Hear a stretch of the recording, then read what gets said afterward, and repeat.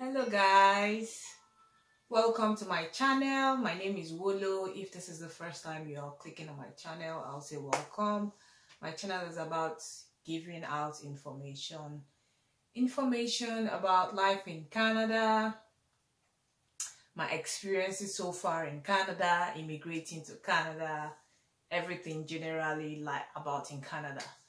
So today I want to talk about one of my experiences.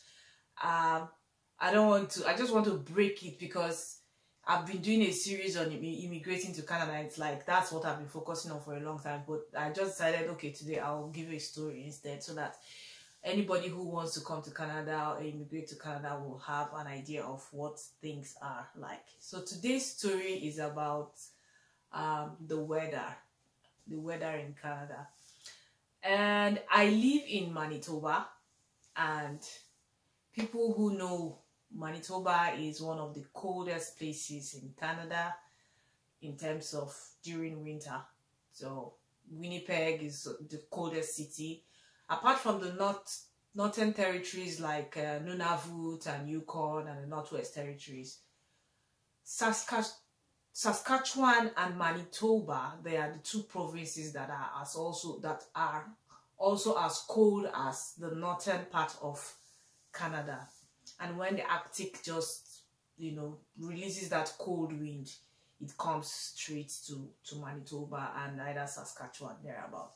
So this last week we had like 3 days of -51 to -53 degrees wind chill, and the wind chill is blowing. So when you come to Canada, you during winter you just have to be checking your phone, checking everywhere to know the current weather conditions.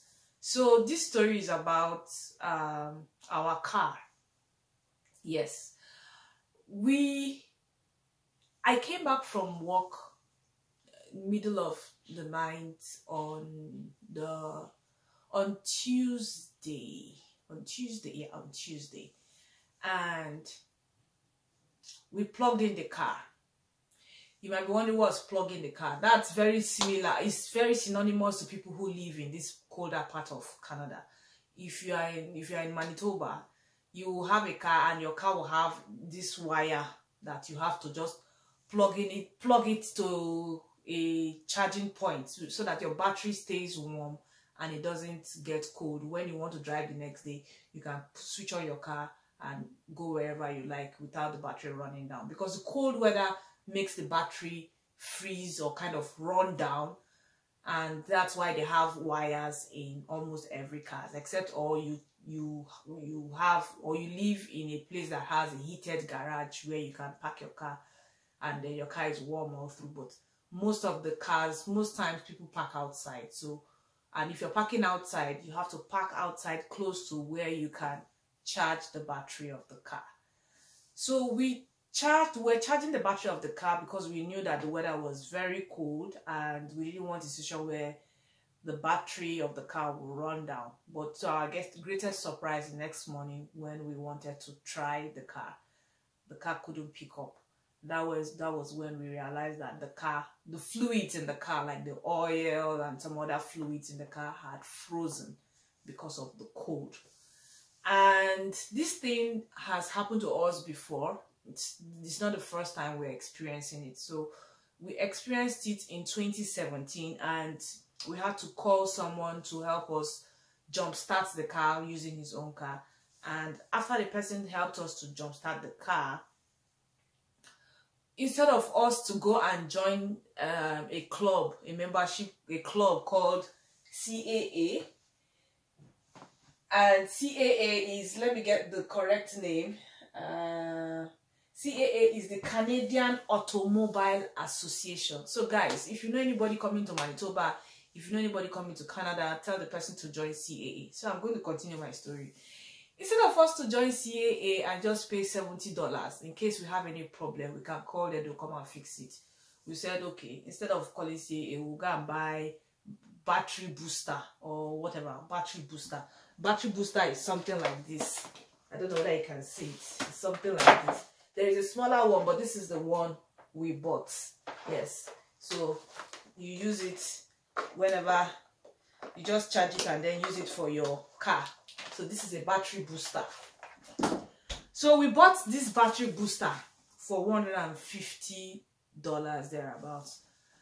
That was where, I won't say it's a mistake, but we just didn't want to join any membership or anything, because we didn't even really research further to see if it was going to be beneficial to us, because we felt if we had a battery booster, we can do it ourselves instead of calling any CAA. So on this Wednesday morning, our car got frozen, and we said, okay, we have a battery booster in the house, we can use the battery booster to jumpstart the car. We used this battery booster, guess what, it didn't work. Tried, it didn't work. That was when we realized that all the fluids in the car had frozen. So even if the battery was okay, there was no way we could start the car, because the fluids that the other fluids, that the oil and all that around the car was also frozen. And we had to call our neighbor. Our neighbor brought something to try to warm the car up a little bit, but it didn't work. And at the end of the day, we had to call one of these car towing companies to come, and they came, and then they did some things, and the car came back to life. So see where we made a mistake. If we had joined the CAA, that's the Canadian Automobile Association, and just paid a minimum of $70. In Manitoba, you have different package. There's a classic package, there's a plus package, and there's a premier package. If we had just paid that $70, it's a 1-year membership. We would have had assistance in terms of roadside assistance, 4 roadside assistance per year. We would have been eligible for, if the car didn't start and maybe they want to take it to a warm garage to check it up, they can tow the car for us for that same package. And then they can also bring fuel for us in case we had a situation where the fuel we had on our car got finished. Then they can bring fuel for us.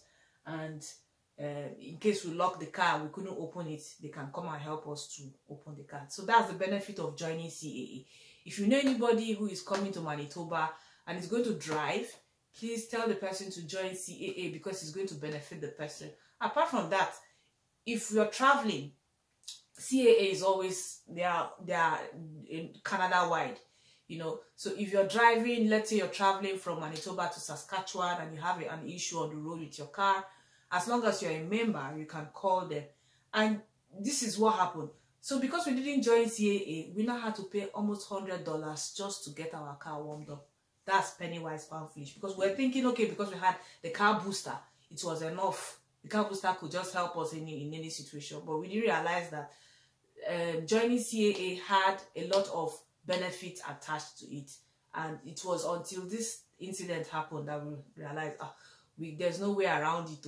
There's no way, we should just go and join CAA, because if you plan to travel within Canada, it's better you join CAA, so that if there's any issue, CAA, you just call them, they'll come and help you. Although they will take time to come and help you, but then at least you know that you are getting not just one benefit, you're getting like several benefits.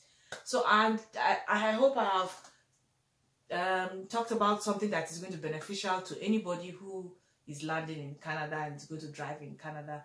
If you're going to buy a second-hand car, not a new car, if you have a new car, well, and you feel you don't need CAA, it's up to you. But I feel that CAA is going to be very, very beneficial, especially for those of us who are living in the colder part of Canada and who intend to travel. If we want to travel to anywhere in Canada with our cars, you don't know what's going to happen in the future.